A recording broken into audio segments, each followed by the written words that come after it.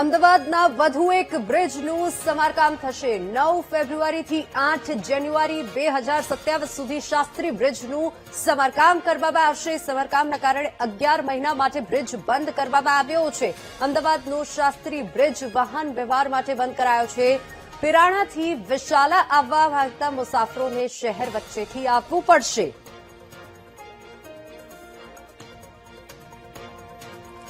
અમદાવાદમાં શાસ્ત્રી બ્રિજને લઈને આ મહત્વપૂર્ણ અપડેટ સામે આવ્યું છે। શહેર પોલીસ કમિશનરે જાહેરનામું બહાર પાડી શાસ્ત્રી બ્રિજના ભાગને બંધ કરી નાખ્યો છે અને 11 માસ માટે ભારે વાહનો માટે પણ આ બ્રિજ બંધ રહેશે। આ નિર્ણય લેવામાં આવ્યો છે। સમારકામ કરવામાં આવશે અને સમારકામના કારણે 11 મહિના માટે આ બ્રિજ બંધ કરવામાં આવ્યો છે। પિરાણાથી વિશાલા તરફનો ભાગ ભારે વાહનો માટે બંધ રહેશે।